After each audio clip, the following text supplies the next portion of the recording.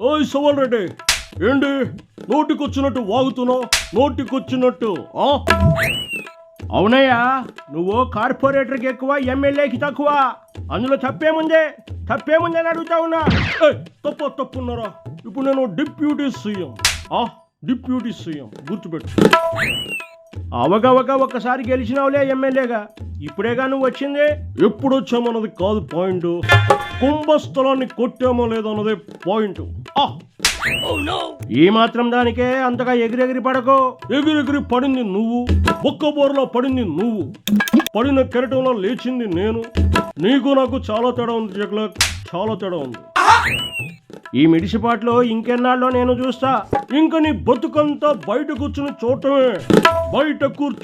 చూడటమే. ఏం మాట్లాడుతూ ఉన్నావు నువ్వు? నిన్ను అసెంబ్లీ గేటు కూడా తాకనివ్వను. గుర్తు పెట్టుకో, రాసి పెట్టుకో. ప్రతిపక్ష హోదా ఇవ్వకుండా నన్ను ఎందుకు ఇలా ఏడిపిస్తా ఉన్నారు? నువ్వు ఇలాగే ఏడవాలి. నేనంటే ఎందుకు మీకంత కక్ష? చూడు జలగ, నువ్వు 5 ఏళ్ళు జనాల రక్తాన్ని పీల్చి పిప్పి చేశావు. ఇక నిన్ను భరించడం వారి వల్ల కాదు, అందుకే నిన్ను ప్రతిపక్షంలో కూడా లేకుండా చేశావు. అదేం కాదు, నెక్స్ట్ నేనే సీఎంని, ఇంకో 30 ఏళ్ల వరకు నేనే సీఎంని. నేను చెప్పేది వినవే. నీకేమైనా తిక్కనా నీకు? అవును, నాకు కొంచెం తిక్కుంది, కానీ దానికో లెక్కుంది. ఆ తిక్కేమిటి చూపిస్తా, మీ అందరి లెక్కలు తేలుస్తా. ఎందుకురా ఈ పవన్ కళ్యాణ్తో పెట్టుకున్నావు అని మీరందరూ అనుకునేలా చేస్తా. ఏంటి అనుకునేలా చేస్తా? ఏం తెలుస్తావు మా లెక్కలు తేల్చడానికి మా దగ్గర ఏమున్నాయి? మేమైనా దొంగ లెక్కలు చేసేటోళ్ళలా కనిపిస్తా ఉన్నామా? దొంగ లెక్కల పేపర్లు మా దగ్గర ఉన్నాయా? మేమేం దాచిపెట్టుకోలే. జగ్లక్, మీ తాడేపల్లి ప్యాలెస్ ఎదురుగా మంటేసి తగలబెట్టడం నీకు అలవాటేగా.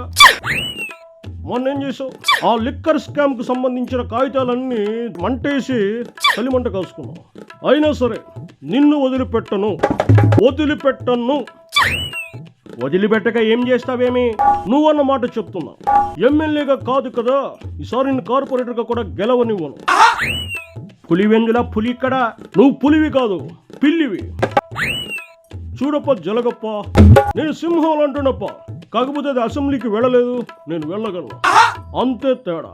మిగతాదంతా సేమ్ టు సేమ్. మర్చిపోయాను, అది డిప్యూటీ సీఎం కాలేదు, నేను కాగలను.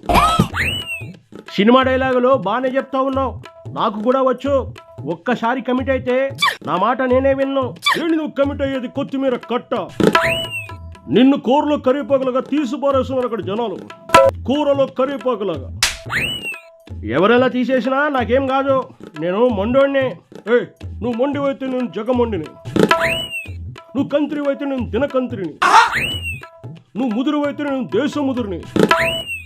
ఎక్కడ కూడా తగ్గే ప్రసక్తి లేదు. ఎంతైనా సినిమా వాడివి కదా, సినిమా డైలాగులు బాగానే చెప్తున్నావు. ఎవరు రాసిచ్చారేంటి స్క్రిప్ట్? నీలాగా స్క్రిప్ట్ పేపర్ లేనిదే, పేపర్ చూడందే, మాట్లాడలేనంత ఎర్రోని కాదు. మా కష్టాలతో నేను జీవితాన్ని చదివి ఎదిగాను. అయితే ఇప్పుడు ఏం చేయమంటావయ్యా? నువ్వు ఏమి చేయడానికి లేదయ్యా, నువ్వు దేనికి పనికిరావు. ఆల్రెడీ రిజెక్టెడ్ పీసువి. నా 2.0 రాజకీయం ఇంకా పూర్తిగా తెలియదు నీకు. నీ 2.0 మడిచి నీ బంగ్లాలో పెట్టు, నాతో పెట్టుకోకు. జగ్లకు ఒకటి గుర్తుపెట్టుకో, ఆశ ఉన్నవాడికి గెలుపోటములు ఉంటాయి, అత్యాశ ఉన్నవాడికి కేవలం ఓటమి మాత్రమే ఉంటుంది. అంటే నాది అత్యాశ అంటావా? అత్యాశ మాత్రమే కాదు, పేరాశ, దురాశ కూడా. నీలాంటి మైండ్ సెట్ ఉన్నవాడిని మడత పెట్టి మూలన కూర్చోబెట్టడమే నా పని. ఎన్నాళ్ళు కూర్చోబెడతావు? మహా అయితే ఇంకో 4 ఏళ్ళు. ఇలా కళ్ళు మూసుకుని తెరిచేలోపు మళ్ళీ ఎలక్షన్లు వచ్చేస్తాయి. ఈసారి నీకు ఆ 11 సీట్లు కూడా రావు.